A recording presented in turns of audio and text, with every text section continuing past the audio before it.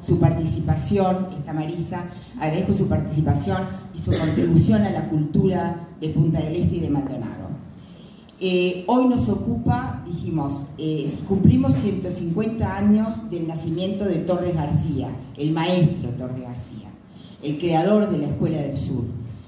Y dijimos, tenemos que convocar a Ricardo, porque Ricardo es un erudito, un investigador, un hombre que conoce y sabe del constructivismo, que conoce la obra.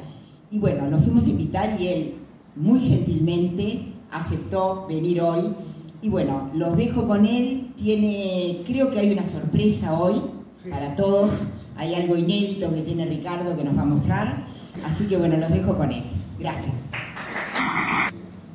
Reitero el agradecimiento para esta linda charla. También digo que fue un poco iniciativa de nuestra amiga Susana Cepeda, que se contactó con María Sara, y también entre ellas se confabularon para traerme acá. Y bueno, realmente no me puedo echar para atrás porque sin duda mi pasión, además del arte, es justamente esta escuela con la cual venimos trabajando ya desde hace más de 42 años. Nosotros empezamos con Daimán y con Tribeiro. Justamente aquí en la alcaldía está uno de sus murales, un mural juvenil muy importante. Y bueno, hoy quería hablarles de algo muy particular, porque normalmente se conoce el Torres García más popular, el que está en los nombres de las calles, incluso está en las estampillas, estuvo en los billetes de uso común, de curso legal.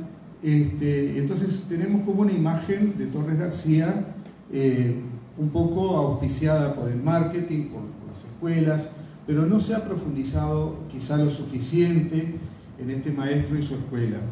Es más, lo que voy a mostrar después, en la segunda parte, vamos a tratar de hacerlo breve, igual porque no quiero aburrirlo, vamos a tratar de hacer una condensación lo máximo que se pueda para que ustedes puedan entender un poco la profundidad del universalismo constructivo visto en un rápido pantallazo, ¿no? Pero después en la segunda parte lo que quiero mostrar, que también de alguna manera corrobora esto que estoy diciendo del universalismo incomprendido. Hace unos meses nos llegó por vía de un mail de una galería de Madrid que primero tuvo su asentamiento en Venezuela, un video perdido de Torres García. Pero no es cualquier video, es un video muy importante. Quizás alguno de ustedes lo pudo haber visto de rebote porque es difícil de encontrar. Pero la cosa es que es un video que filmó, o mejor dicho, que encargó la OEA en el año 74, o sea, justamente para el centenario del nacimiento de Torres García. Fue un año emblemático porque en ese momento se hizo en Montevideo una exposición muy importante sobre Torres García, a la que yo tuve la gran suerte de asistir cuando tenía 14 años, y creo que esa exposición fue la que me marcó para el resto de mi vida. Es decir, haber estado presente en esa exposición por varias razones, porque en esa exposición estaban las 74 obras de Torres García que después de esa exposición se fueron, primero a Buenos Aires, después se fueron a París, en una gran exposición que se hizo en París, después quedaron allí 2 años estancadas porque no había dinero de parte del Uruguay para repatriarlas, las obras, y hasta que sucedió una especie de milagro que al final terminó en tragedia, y es que el gobierno de Brasil se le ocurrió hacer una gran exposición en Río de Janeiro, en un museo que era bastante nuevo en ese momento, bastante reciente su inauguración, moderno, el Museo de Arte Moderno de Río de Janeiro, museo hermoso, enorme, todo de hormigón y cristal, y allí fueron las 73 obras de Torres García desde París a Río de Janeiro para hacer una gran exposición de arte latinoamericano, donde también estaban obras de Picasso, de Dalí, de Man Ray, de Fernand Léger, bueno, de muchos popes del arte moderno. La tragedia fue que en determinado momento el museo se prendió fuego y se perdieron absolutamente todas las obras de Torres y también las de los otros maestros. La mala suerte de Torres es que Torres tenía 74 obras, que eran casi que todo nuestro patrimonio. Estaban allí los famosos 7 murales del Sambois, pintados por el maestro, que habían sido pasados a tela, con una técnica compleja, y estaban en ese museo justamente en exhibición. Bueno, todo ese patrimonio nosotros lo perdimos en ese momento, y a partir de ahí tuvimos que armar exposiciones con obras de coleccionistas. Y bueno, ahora, por ejemplo, para los 150 años hemos hecho en distintas partes exposiciones que se han hecho justamente con obras que están algunas en el acervo, pero otras de colecciones privadas. Entonces, la OEA hizo una película filmada en ese momento sobre la vida de Torres García con personalidades. Estaba como relatora China Zorrilla, que la van a ver con su voz juvenil, porque en aquel entonces era una mujer más joven, y además está filmada por este venezolano que se llama Ángel Hurtado. Entonces con Nicole ahora tratamos de comunicarnos a ver si existía este señor, y resulta que sí, que este Ángel Hurtado ahora tiene 97 años, y cuando le comunicamos que existía esta película quedó contentísimo y nos empezó a mandar datos. Después le pedimos que nos hiciera una introducción chiquita, que después la van a ver, o sea que van a ver ustedes también al autor de la película, y bueno, en definitiva eso es una joya inédita que casi nadie ha visto en Uruguay. Es más, me comuniqué con la gente del taller Torres García en Montevideo, del Museo Burbich, y la mayoría de la gente, yo diría que el 100%, la desconocía por completo. O sea que acá en Punta del Este la vamos a ver quizá públicamente por primera vez. Y después le voy a mandar mañana algunas fotografías a Ángel Hurtado para que en Venezuela vea cómo su película volvió a renacer una vez más. Bueno, primero que nada, yo no sé si vieron que la obra de Torres García es muy vasta, ¿no? Hay desde sus inicios en Barcelona, que es una obra más de escuela, ¿no? Es una obra pictórica que abarca, digamos, lo que se llamó en Barcelona el noucentismo, porque justamente coincidía con el fin del siglo, es decir, que era justamente el fin de los 900 y empezaba el siglo XX. En ese periplo fue cuando justamente Torres García llega a Barcelona y empieza a estudiar, empieza a familiarizarse con el movimiento barcelonés, y allí conoce a los grandes artistas que estaban en ese momento en formación, como por ejemplo Picasso, que iba frecuentemente a Barcelona, estaba Miró, estaba Man Ray y otros catalanes también de importancia. Y todos además se ponían en las famosas galerías Dalmau, que todavía existen, y que bueno, son las que apoyaron a esos movimientos de vanguardia de aquel entonces. Yo no les voy a contar la biografía de Torres porque además la van a ver resumida en esta película, pero sí quiero hablar de los aspectos menos conocidos de Torres. Pero, obviamente tendríamos que hablar del universalismo constructivo, por eso el título de la charla es un poco ese. Para la mayoría, cuando ven los constructivos de Torres, los asocian con la trama reticular, con los símbolos, ¿no?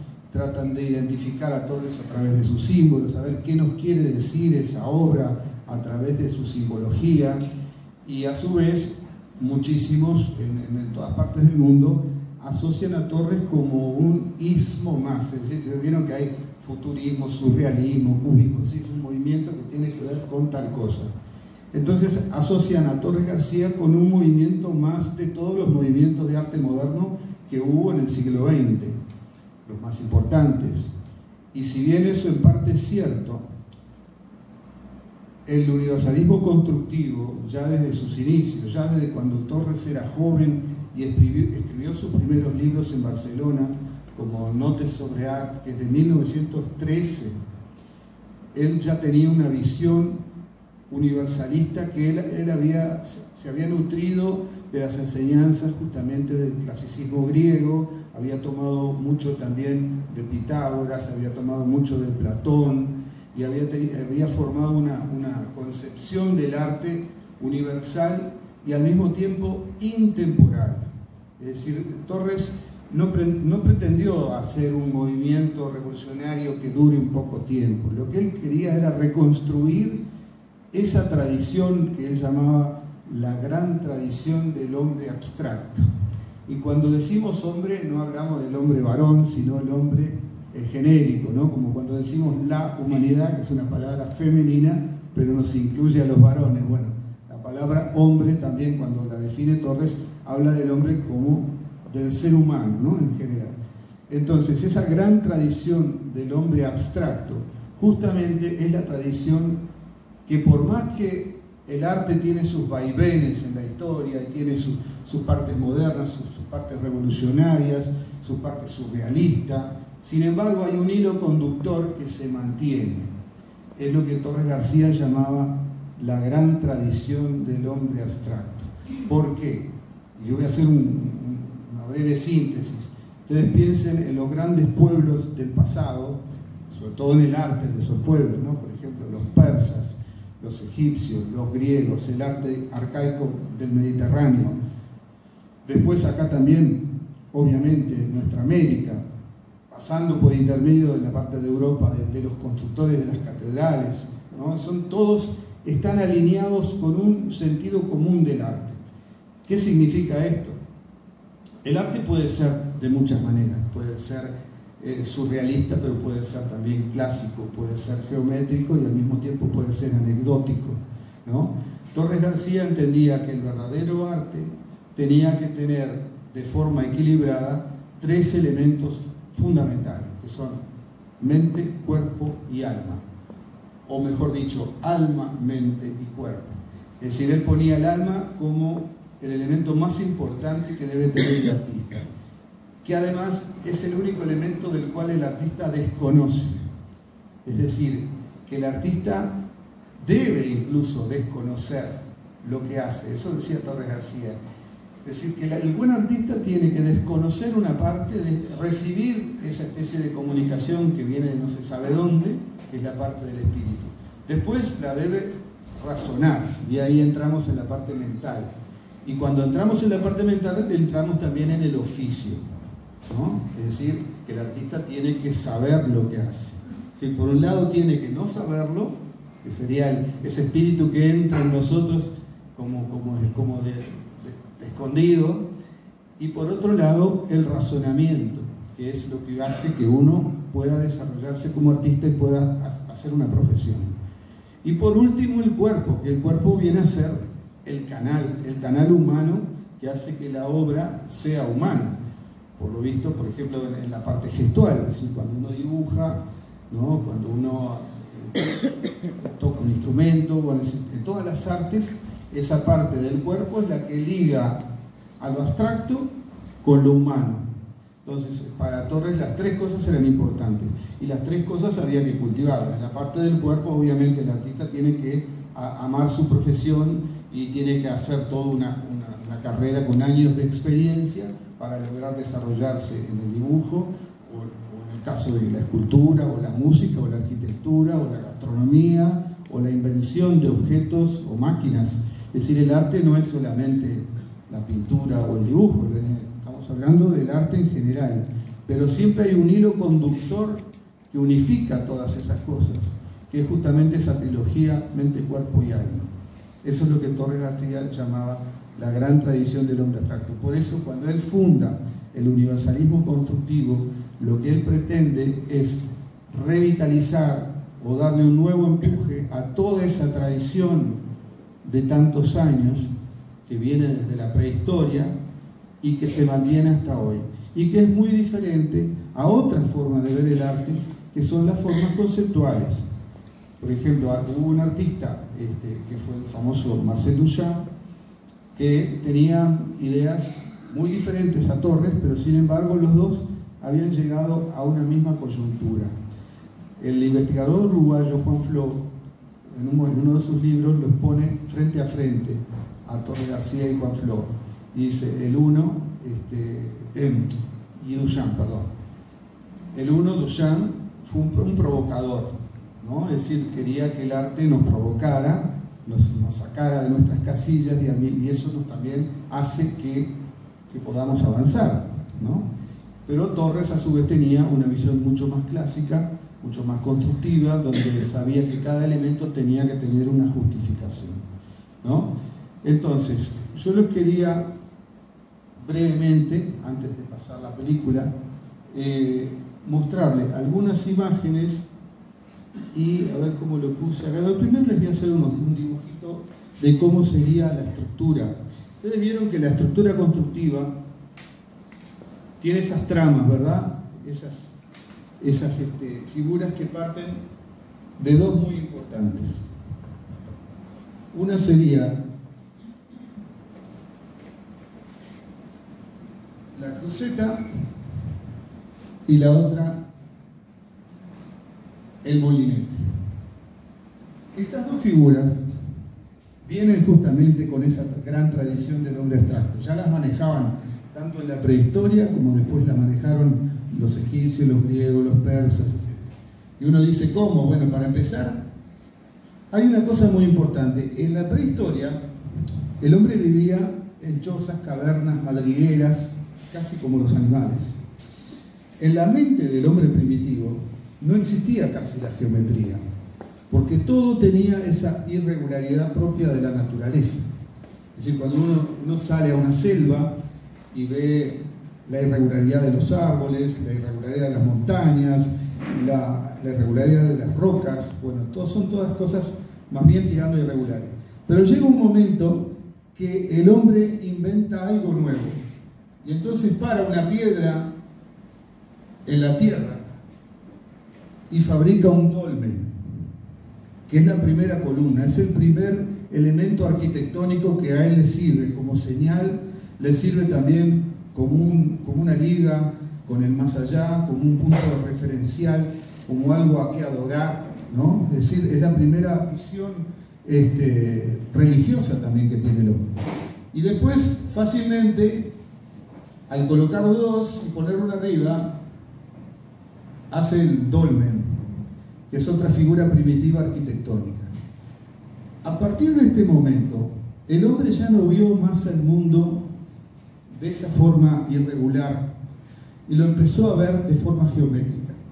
Hoy en día hay una frase para eso que se llama mundo carpinteado. Es decir, a partir de esto, el hombre empezó a ver el mundo de una manera arquitectónica y empezó a distinguir las tres formas puras que existen en el universo, que son el triángulo, el círculo y el cuadrado. Y se dio cuenta que toda la naturaleza, lo que hasta ese momento él lo veía como irregular, está formada por estas tres formas puras, que se combinan, se alargan, se estiran, se suman y generan toda la geometría que podemos percibir hoy en día, ¿no? Pero ¿qué pasa? Ese mundo carpinteado del que yo les hablaba también hace que nosotros veamos las cosas, y ya que nuestro cerebro ya identifica todo el mundo con la geometría. Entonces cuando decimos alcanzame la mesa, ya sabemos que la mesa viene del cuadrado. Cuando decimos ¿me pasás el plato de pizza?, ya sabemos que es un círculo o la rueda del auto. Sin embargo, todos nosotros nunca vemos las formas puras, las vemos deformadas por la perspectiva. Es decir, que el mundo que nosotros vemos es un mundo que está deformado por la perspectiva. Entonces, cuando vemos, por ejemplo, una calle en perspectiva y vemos las casas, ¿no?, a los costados, sabemos que las casas son rectangulares, pero en realidad no las estamos viendo rectangulares, las vemos como formas deformadas, como polígonos deformados, ¿tá? Pero ya nuestro cerebro identifica que las formas son como son, y dice, pasame esa rueda, sabemos que es un círculo, pero en realidad no la estamos viendo como un círculo, la estamos viendo así, pero ya nuestro cerebro sabe que es un círculo. O sea que el hombre ha cambiado, y a partir de ese momento el arte de la humanidad empezó a ser geométrico y se empezaron a combinar las formas geométricas, se empezaron a hacer guardas, se empezaron a hacer monumentos, templos, Y todo eso basado en la geometría. Y todo eso tiene un orden. Y para poderlo comprender, hay dos maneras, la subjetiva y la objetiva. La subjetiva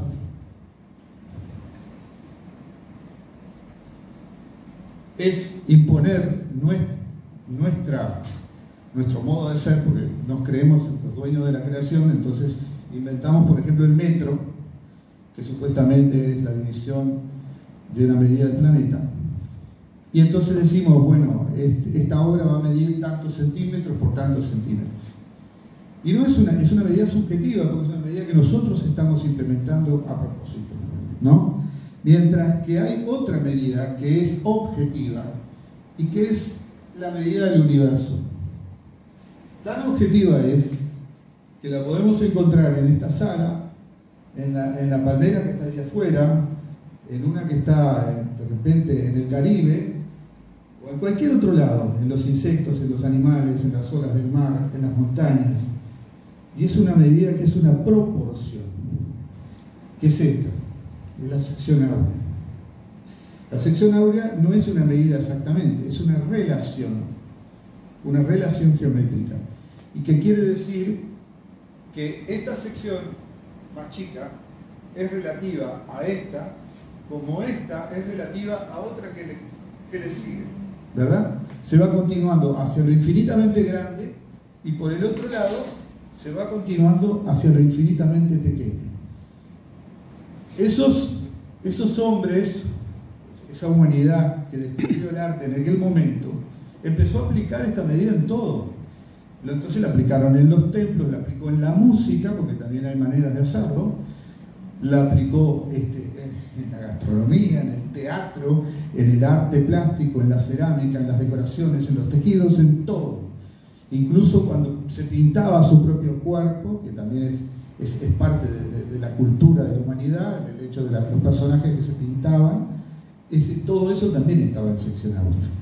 Ahora, ¿cómo Torres obviamente se dio cuenta de esto y dijo, bueno, si queremos refundar un arte para el futuro, un arte de hoy, pero al mismo tiempo que sirva para mañana y para pasado, para dentro de 100 años, sin la pretensión de querer ser el inventor de nada, sino más bien el continuador de, empezó a enseñar a sus alumnos, ya cuando vino a Montevideo, que ese es otro honor que tenemos, que Torres García, después de ver todo lo que van a ver en el film, toda su vida y cómo recorrió y cómo aprendió desde los maestros más importantes de Europa, elige el Uruguay para hacer esto. Eso es muy importante. Como siempre nosotros no nos dimos cuenta de eso, por eso también de vuelta al universalismo incomprendido, ¿no? Y todavía no nos damos cuenta, pero es algo muy, muy, muy importante. Entonces, las cosas se fueron dando y así como perdimos los 74 cuadros por no haberlos cuidado como corresponde, también se perdieron, por ejemplo, este video que ahora vamos a tratar de resucitar, y también se enseñaron otras cosas en los liceos, en las escuelas, y cuando se hacen concursos internacionales siempre tratamos de ver lo que hacen los otros, lo que se hace en Venecia, lo que se hace en Europa, lo que se hace en Estados Unidos, y siempre seguimos como borreros todo lo que nos dicen. Y tenemos acá, en Uruguay, un arte realmente revolucionario que en el resto del mundo lo están valorando, lo están estudiando, las personas que realmente tienen profundidad en el tema, y nosotros muchas veces lo ignoramos. Les quiero mostrar la diferencia entre medir con centímetros, cuando decía uno, yo esto lo mido con 1 centímetro, son tantos centímetros por tantos centímetros, pero esta misma medida yo la traslado a otra cosa y ya no tiene la misma autoridad, porque yo no la puedo comparar con un caracol o con un árbol o con cualquier cosa de la naturaleza, donde sí va a estar esto. ¿Pero por qué? Porque uno dice, ¿por qué? ¿Cómo se utiliza esta sección? El asunto es así, si nosotros tenemos un plano cualquiera, pongámosle que esto es un lienzo, o es un papel para dibujar, o puede ser una cara de una escultura. Si uno hace esta división acá, por supuesto que estoy haciendo así nomás, ¿no? Pero, y luego lo volvemos a dividir en dos, ¿tá? Tenemos 4 partes. Y cada una de esas partes es directamente proporcional a la primera. Es decir, que sabemos que esta es hija de esta, porque viene de la primera. Pasa exactamente lo mismo con nosotros. Es decir, el dedo no es un pegotín que nos pusieron en el cuerpo humano. El dedo es una parte que se ajusta perfectamente con el resto del cuerpo. Y sabemos que el cuerpo no puede vivir sin este pedazo. Es decir, en el sentido de la idea holística de cómo funcionan los entes, ¿no? Un cuerpo, una planta, un caracol, lo que sea. Todo depende de todo. Funciona con todo. Entonces, si nosotros seguimos dividiendo algunas veces más este espacio, tenemos que cada uno de estos fragmentos sigue siendo proporcional al primero. Y si lo dividimos más y más y más, pasa lo mismo.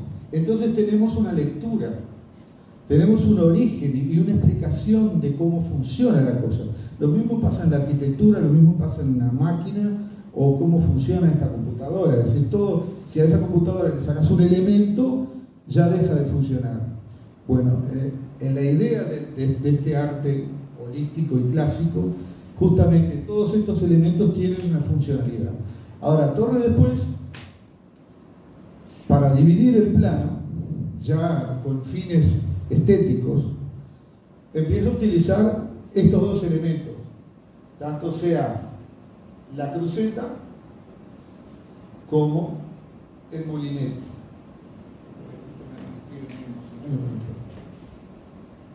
Vamos a hacerlo así.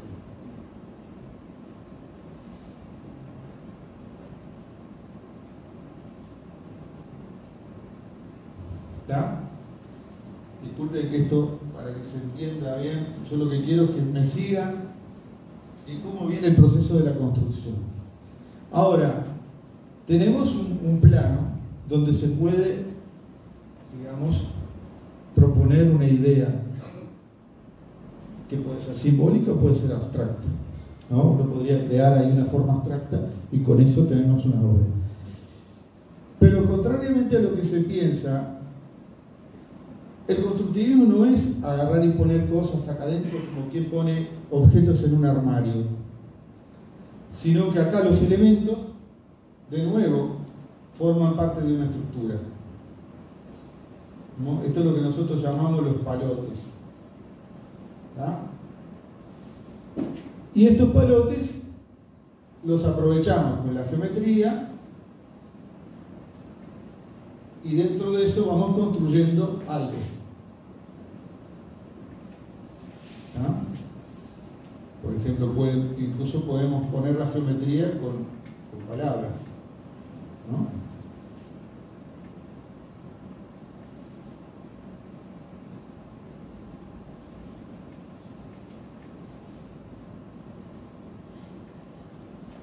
Bueno, disculpen todo esto de prolijidad, pero el asunto es así.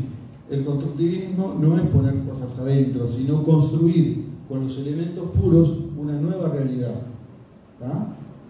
Y esto después, cuando a esto se le suma el color y se le suma la mancha, que es expresionismo, por eso el cuerpo, tenemos la parte espiritual, que es la que nos dicta estas formas, que cuando el artista empieza a pintar no sabe lo que en realidad va a hacer.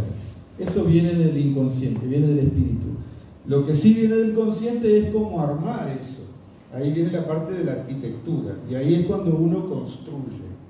Y finalmente, el cuerpo es lo que hace posible esa traslación, es decir, el gesto, la mancha, el pincel, la gubia que talla la madera, o el cincel que talla la piedra, etcétera, etcétera. Es decir, todo eso funciona de esa manera. Obviamente lo que no les dije es que también la cruceta, si uno la forma en 3 dimensiones, se proyecta en las 3 dimensiones. Se puede llevar a hacer un edificio arquitectónico, una escultura, etc., ¿no? Y los molinetes se van concatenando de esta manera y se van armando.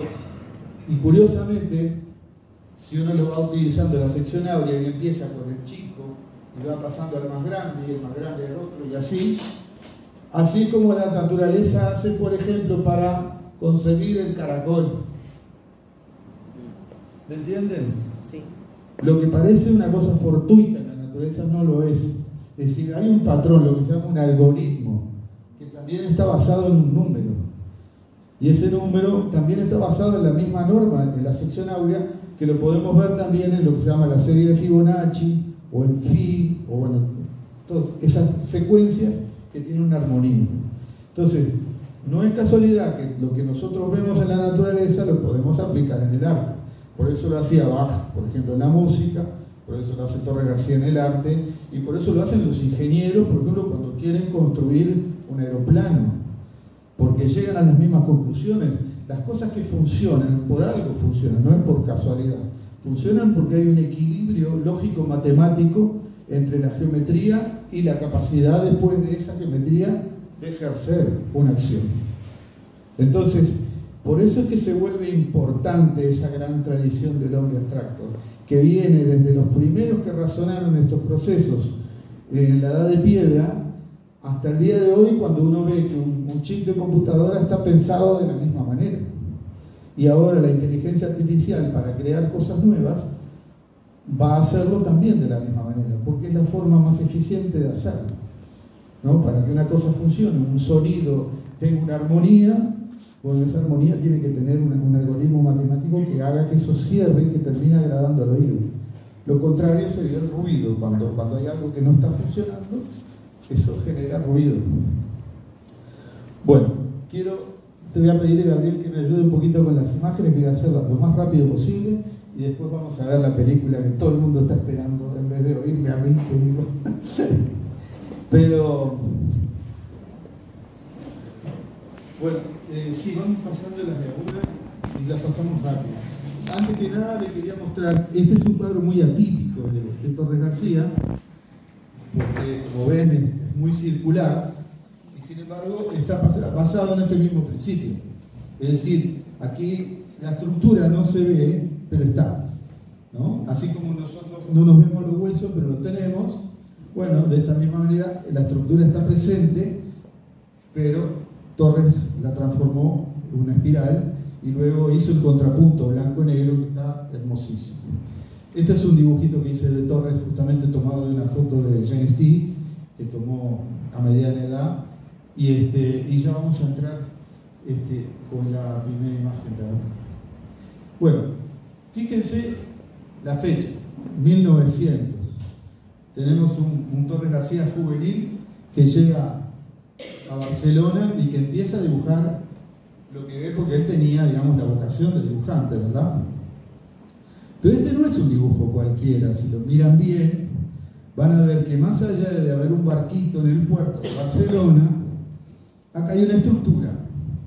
Fíjense la diagonal del puerto, con esta otra que lo compensa, las dos velas, la sombra, es decir, es una composición muy bien lograda.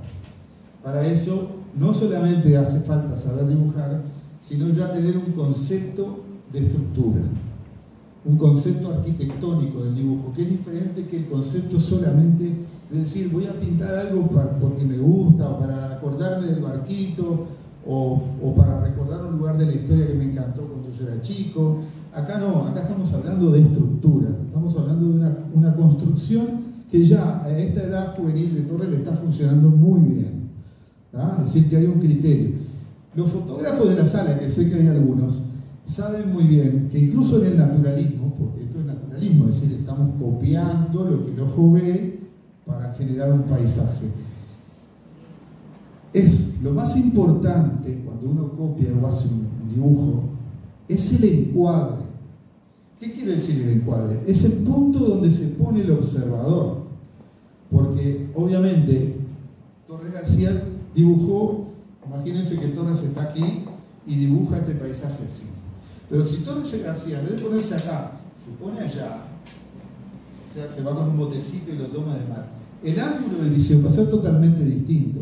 Y ya estas coordenadas que ahora se arman armónicamente pueden llegar a ser inarmónicas.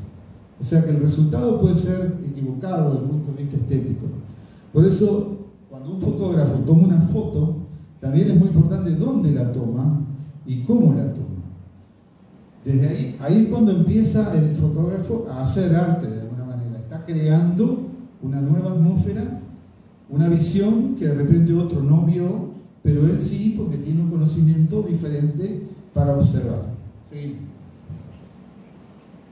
Bueno, esto ya pasamos un poquito más adelante, pero igual marca el periodo antiguo de Torres.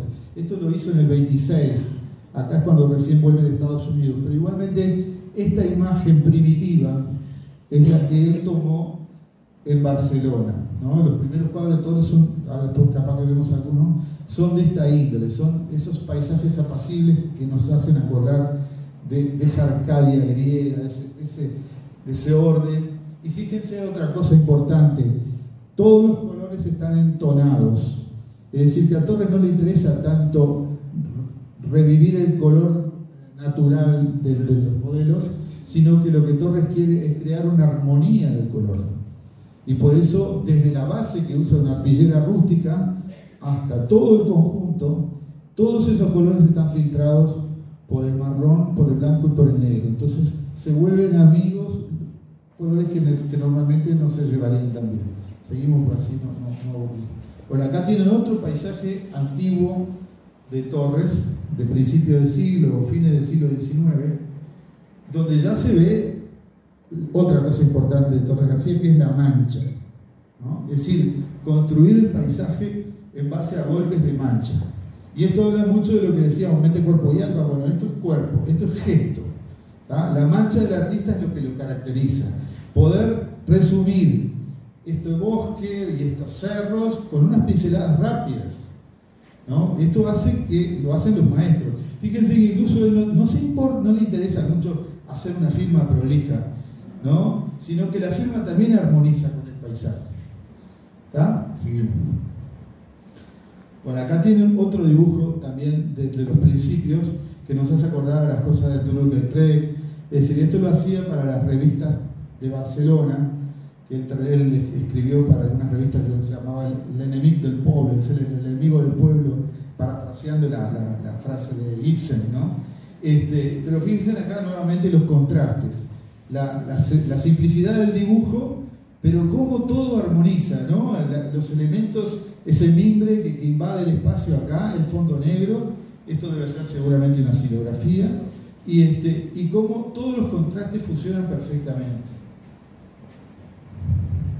Acá volvemos justamente a estas imágenes neoclásicos que tanto le gustan a Dominique. Bueno, nuevamente esa inspiración grecolatina que después él la desdibujó, pero siempre llevándola a la geometría. Pero nuevamente, si observamos bien, vamos a ver el mismo principio de armonía, la paleta, como todos esos colores no están vibrando así excesivamente, sino que están en una placidez de orden y equilibrio. Bueno, esto ya es el periodo barcelonés, fíjense la fecha, 1917, también acá jovencito.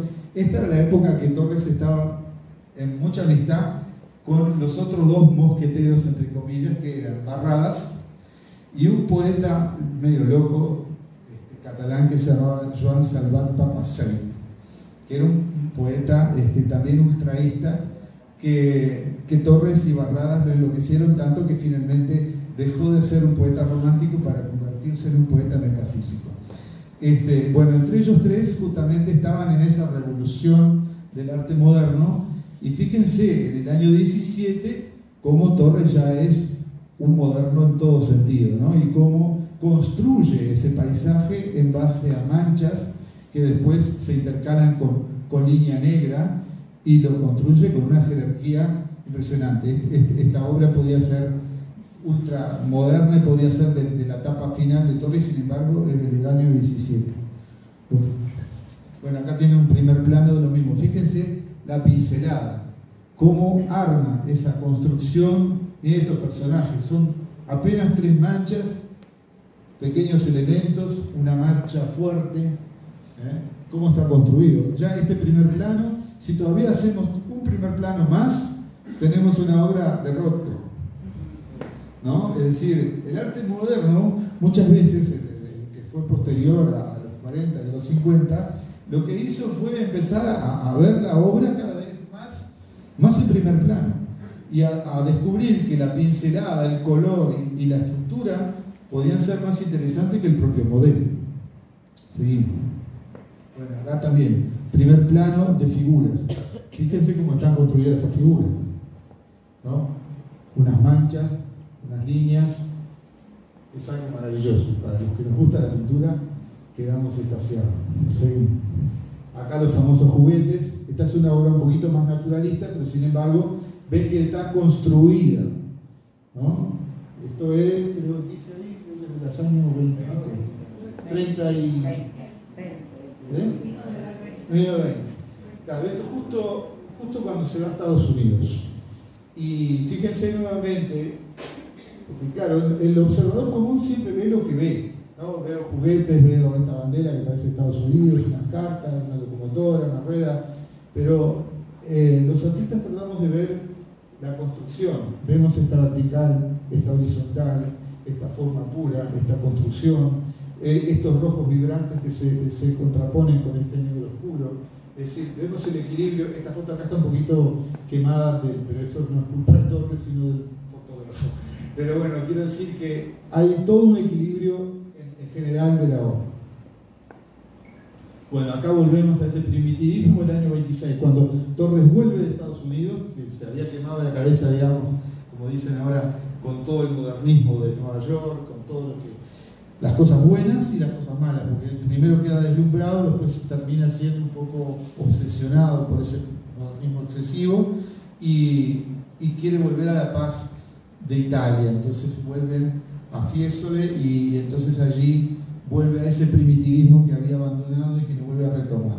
Y nuevamente estas figuras que son primitivas pero que están tan bien armadas y tan bien entonadas, tan bien pintadas, que también es digno de seguir. Bueno, esto lo tomamos con Nicola ahora en la muestra del Museo Torres García en Montevideo. Estas son las escenografías que armó Gustavo Serra en cada piso. Y esta corresponde a los famosos juguetes que Torres hizo 2 experimentos, uno en Estados Unidos y otro en Italia. Y con la mala suerte de Torres, que todo se le quemó en la vida, se quemaron las 2 fábricas de juguetes. Y económicamente le fue bastante mal. Digamos que siempre Manolita le echó una mano económica y después al final, obviamente, la fama de Torres hizo que la obra costara lo que cuesta hoy, ¿no? Pero eso no quiere decir que la vida de Torres no fue un calvario desde el punto de vista económico, como la de muchos artistas, le diría, de todos nosotros, pero bueno, en general. ¿Sí? Bueno, acá un dibujo que creo que es de la época de New York, pero fíjense la simpleza y al mismo tiempo la rapidez con que está hecho esto. Torres, y ahí lo voy a usar para decirles una cosa, en el taller Torres García se hacía una cosa muy interesante. Para poder captar cuál era la personalidad de los nuevos integrantes del taller que venían a aprender con él, él los hacía pasar, tenía un pizarrón y desde un sillón que tenía más lejos les iba dictando cosas, ¿no? Vamos a decir cosas, en realidad son formas, pero para que se entienda mejor son cosas.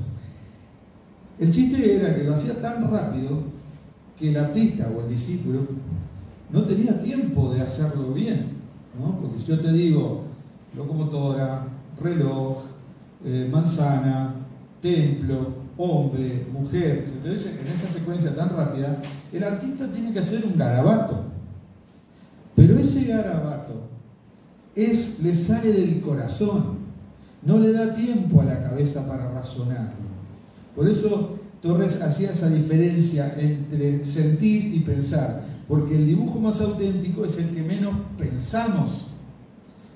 Ahí parece haber una contradicción, porque obviamente para ser un buen artista tenemos que pensar, tenemos que estudiar, tenemos que hacer toda una trayectoria de haber dibujado mucho en el caso del dibujo, o haber esculpido en el caso de la escultura, o haber hecho música, lo que fuere. Pero esa inmediatez es lo que le da espontaneidad, lo que le da poesía al dibujo. Y entonces, cuanto más libre, cuanto más espontáneo y más rápido es, más auténtico. Y ahí Torres también podía seleccionar y darse cuenta quién era quién, y cómo dibujaba uno y cómo dibujaba el otro, y dónde estaba su ser más íntimo.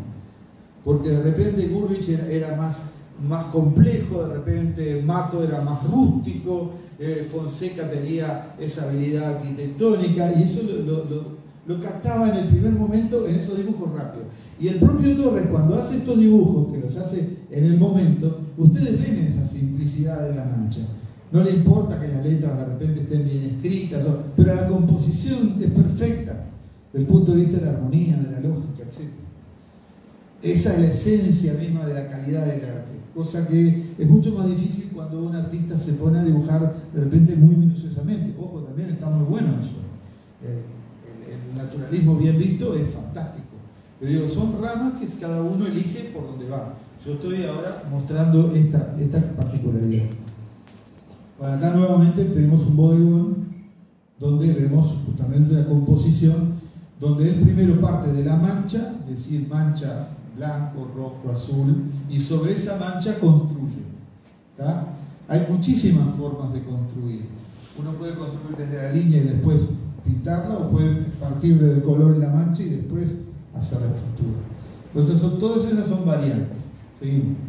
Bueno, acá nuevamente, este es un famoso bodegón súper abstracto, que es del año 28, Estamos hablando de algo que parece mucho más actual y muy simple, pero está muy bien logrado.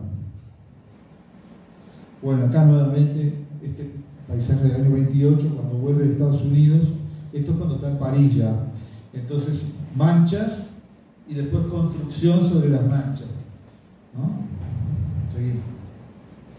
Bueno, esta también es curioso porque son dos formas que seguramente dicta el subconsciente, por eso las formas también las hace rápido, porque así no las razona demasiado. El razonamiento viene después para lograr que esas dos formas funcionen, que están como interpenetradas acá, que se juntan, ¿tá?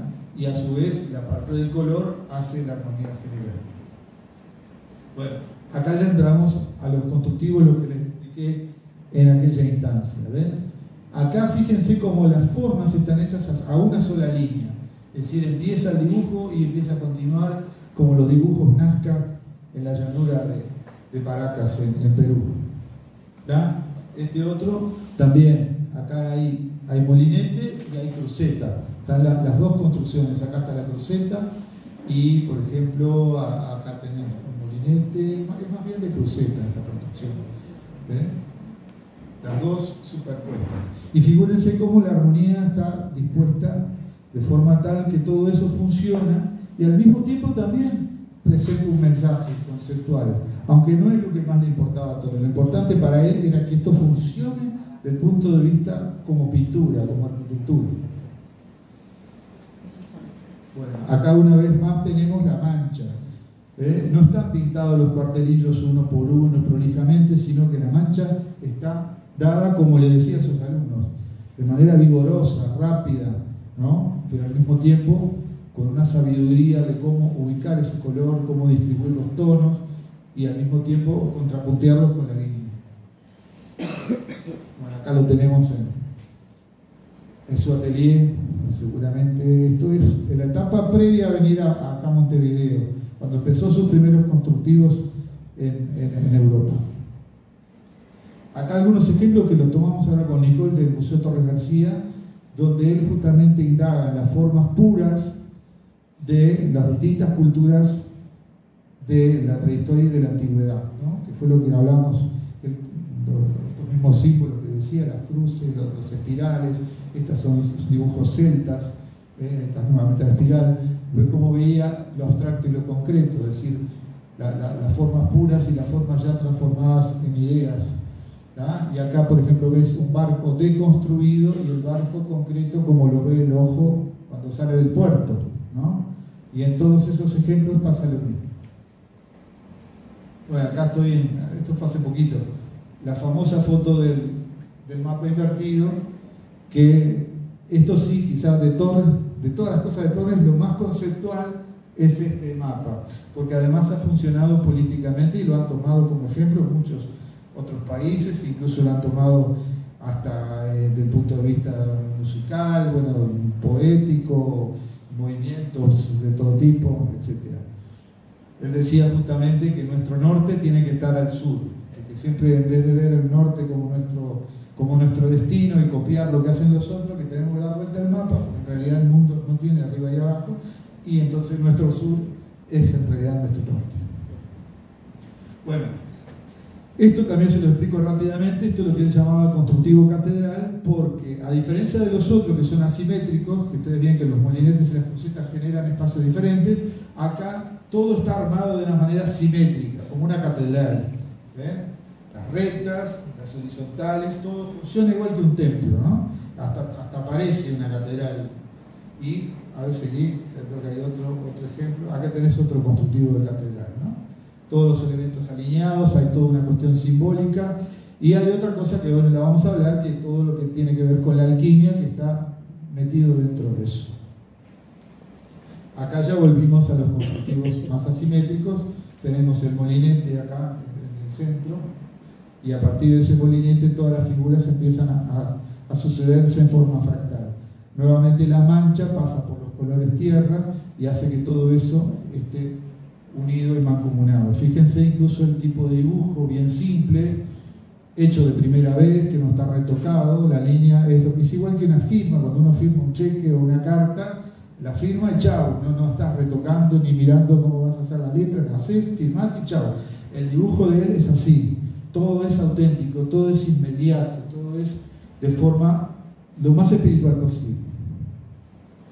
Bueno, acá tenemos, ya estamos terminando con las fotos. Esta es Nicole frente a los restos del Paxi Lucem, el famoso mural, uno de los famosos murales que se quemaron en Río de Janeiro, y que hace unos años en el Museo de Artes Visuales encontraron una caja donde estaban los pedacitos que habían estado ocultos también por muchos años, y los restauraron y empezaron a reconstruir el mural. Y el pintor Gustavo Serra, que también como nosotros es alumno de Daimán, hizo, y ahora van a ver, el nuevo mural Paxi Lucem, que obviamente es una réplica, porque no puede ser original, pero por lo menos ahora dialoga la restauración de los pedazos originales con el Paxi Lucem. Y obviamente Daimán sabía muy bien cómo pintar un mural, porque además era muralista, y nos enseñó toda esta técnica, que es bastante compleja, para que los tonos sean los más parecidos al original. Ahí tiene otro primer plano, para que vean cómo son los colores en su estado original. Pero también hay que tener en cuenta que los murales con los años envejecen, y que los colores también a veces, como el vino, a veces mejoran porque se empiezan a poner más como sucios, y eso a veces les ayuda. Pero en este caso la restauración tenía que ser original, por lo tanto los rojos son el mismo que tenía en su momento. Ahora ustedes van a ser los primeros en esta película cortita que vamos a hacer ahora, van a ver este mismo mural en su estado original, que quizás es la única filmación que existe de eso, y lo van a ver cuando estuvo expuesto en el Museo de Artes Visuales en el año 1974. Bueno, ahí simplemente un dibujito también del año 46. Aquí ya estamos hablando de poquito antes de fallecer Torres. Torres García falleció en el año 49, y a pesar de eso ven que sigue con su soltura, ¿no? Sin importarle mucho tanto las proporciones, sino más bien la gracia y la armonía que se genera en el propio dibujo. A ver si queda algo. Bueno, acá también estos primeros dibujos es donde se nota los primeros constructivos. Él empezó haciendo estas construcciones urbanas donde dividía los espacios, y de aquí salió después la idea del constructivismo abstracto. A esta forma ya la vimos, que pasara. Bueno, acá tenemos nuevamente un bodegón, pero todavía mucho más abstracto. Este es del año 29, la época de París. Fíjense cómo están dadas estas pinceladas, cómo quedó cada vez menos de lo que era el bodegón, ¿no? Fíjense que esto, que puede ser lo que quedó de un molinillo de café, esto de repente algún pedazo de botella o una jarra, ¿no? Y a él ya no le importó recrear esos elementos, sino lo que hace es una construcción totalmente plástica con elementos puros geométricos. Y ese es el resultado, que es una obra estupenda desde el punto de vista plástico. El que tomó, digamos, este mismo sentido de ver el arte, yo diría que es Gustavo Serra, que hace este tipo de expresionismo con símbolos que son casi una simplicidad de lo que fue alguna vez una idea. Bueno, acá tenemos otra construcción que es diferente, que es una sola línea que va dando vueltas y genera espacio, después en colores puros.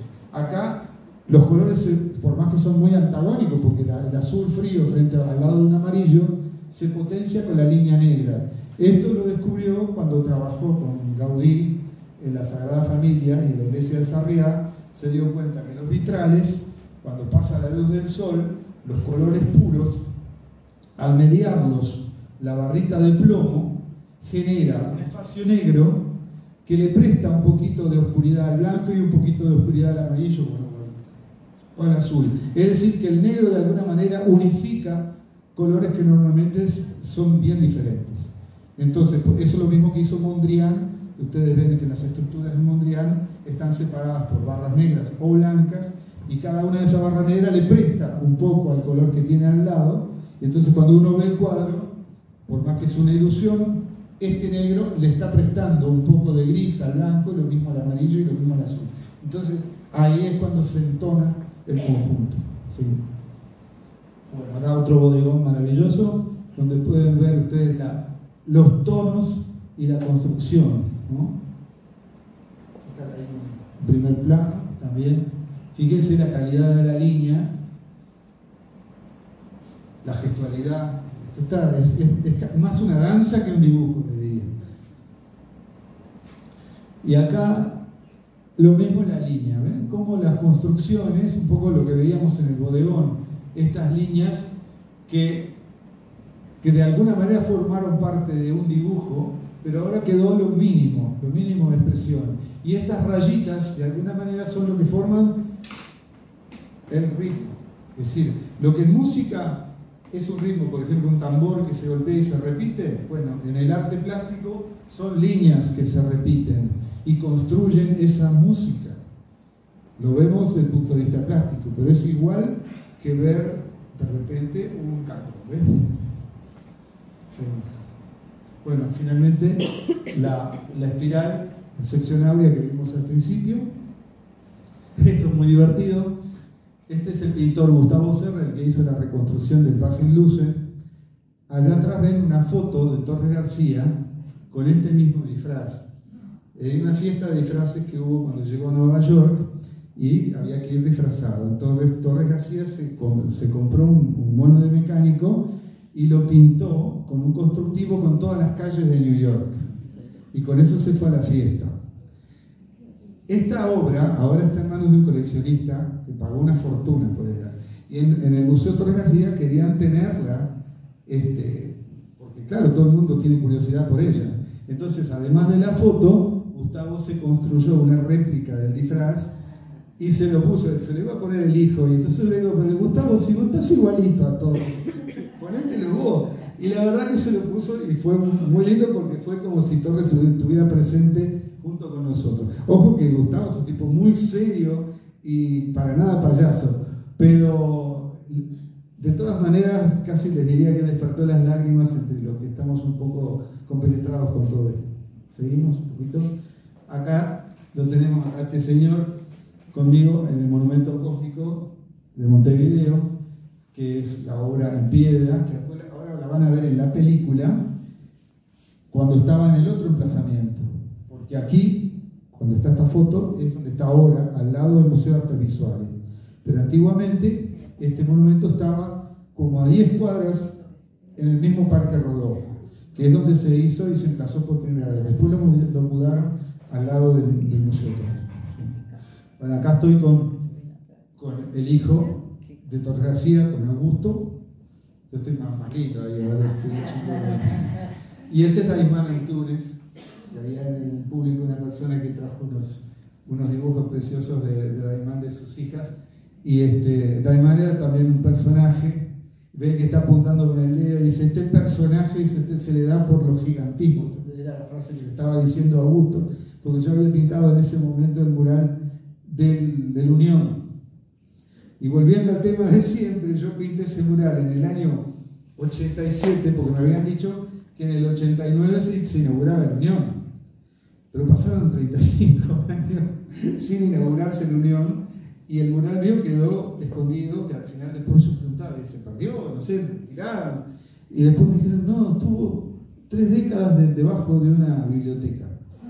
Y entonces, hace poquito, cuando finalmente, por fin, la Unión se pudo restaurar, me llamaron, lo había encontrado, bueno, lo restauré porque había estado 30 años arrollado, lo volví a marcar, entonces volvió al lugar original. Pero quiero decir bien como que injustos generalmente con el arte, ¿no? A ver, seguí. Esto fue en el Museo de Torres García, en el edificio de la Gavi, ahí cerca donde está el casino del Parque Rodó, que funcionó provisoriamente, y en este día que estamos allí, había venido la delegación de la Generalitat de Cataluña a pedir disculpas. Vino el famoso como era Jordi Pujol, a pedir disculpas por los murales de Torres que habían sido tapados durante años en la dictadura y que en ese momento los acababan de salvar y ahora están de nuevo donde deberían de estar.